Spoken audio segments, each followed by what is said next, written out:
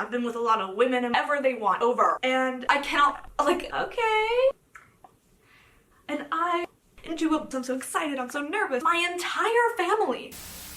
Hi Slayers, and welcome back to my channel. My name is Eileen, and in today's video, I am just going to be giving you a story time of one of the times in my life where I was mortified, confused, scared, and you know, it's just a story that I feel everyone needs to hear because genuinely, what the hell was this experience? So, quintessential Eileen story, and I hope that you find it interesting or scary because you should. So let's paint the picture a little bit. I am in 7th grade. I look like this. I am emo as ever. I'm into poetry and I'm into like feeling feelings and everything a 7th grader is, and I decide that I want to join poetry club. It's like a stand-up poetry club, and it totally had nothing to do with the fact that my partner was in the club at the time. I decided that I was going to be a poet in my life and whatever. So I start writing poetry, I join this poetry club, and then I have a performance. I have a stand-up poetry performance. So I did this performance and I was like, oh, I like this. I like stand-up poetry. And of course,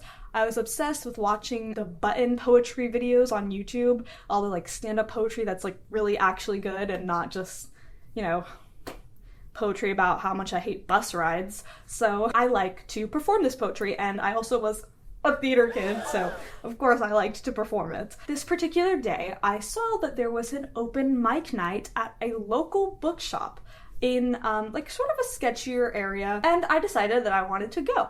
So of course I tell my mom because I don't have a car or anything, and I'm like, Mom, can I please go to this open poetry night? And she's like, sure, this sounds like a great idea to bring the whole family to. And I was like, perfect, I get to perform in front of my whole family. My mother brings my 4th grade brother, my father, and my gay neighbor, who, I love this man. My gay neighbor is wonderful, but he is, you know, a very like serious man. So like that's the crowd. My whole family shows up to this event and I'm like, oh, I'm so excited, I'm so nervous, I'm so excited, I'm so nervous. And then we start the open mic night. Now I failed to really look into what this open mic night entailed, so less poetry and more like people got up there and were reading like books they wrote and stuff like that, or like articles. I was like, okay, no hate, you know, I'm here to support the writing crowd. I realized though that it's a room full of just adults, and I see the crowd and it's a bit of a weird crowd, and I'm like,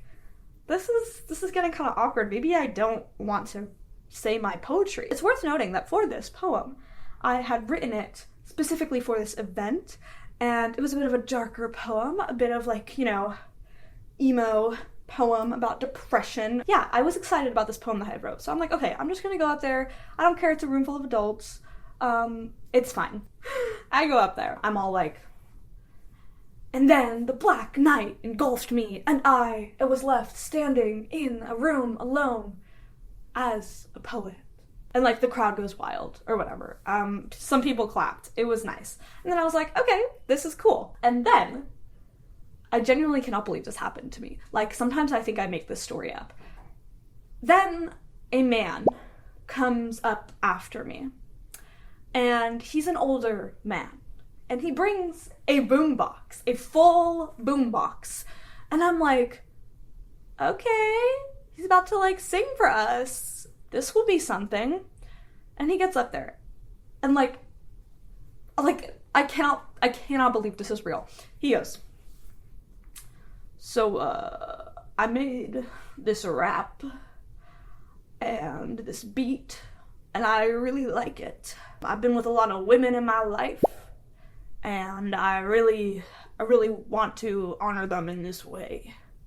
And I'm like, okay, like maybe it's gonna be a love rap. Maybe it's gonna be some cool poetry. Surely it's not gonna be weird, right? And then he goes and presses the cassette in there and hits play. When I tell you that it is just sex noises, like full sex moaning noises, and a beat from like GarageBand, that is all that this is. And I'm sitting there with my entire family, and we're all just like, And I'm like trying so hard to look respectful because maybe this is this man's art. So I'm just like, and then he goes, I'm gonna go to the bathroom. And he goes off to the bathroom. And we're just sitting there in silence, listening to his sex noise beats. Nobody wanted this. And the more I think about this story, the more I'm like, these women had no idea. They were just being recorded and then mixed into a beat, which is so messed up. Then that's when 12-year-old me learned that the world is not a good place, and apparently you should be very careful what kind of stand-up nights you go to, because literally an open mic night is that. It is an open mic for anyone in the world to say whatever they want, and they could have the most messed up, scary opinions out there, and you just have to sit there and listen to it, and then applaud when it's over. We did not applaud, though. I can tell you that. That room was silent, and it was very awkward, and then we left. But the fact that that even happened, oh my goodness. I just wanted to say some sad poetry, and instead I was all like listening to the beats that were like, ah, and then like, ah, and it was just like horrific. This story has no moral. The moral is don't be a creep. Don't do this in an open mic night. Be careful with who you speak to in a sketchy area. And at the end of the day, go up there and perform and be as respectful as the art deserves. So I got nothing. This was just for entertainment, just something that I was thinking about the other day, and I was like, wow, that was really weird. So yeah, thank you so much for watching. Write bad poetry. Don't make weird sex songs. Have a good day. Like and subscribe. Bye!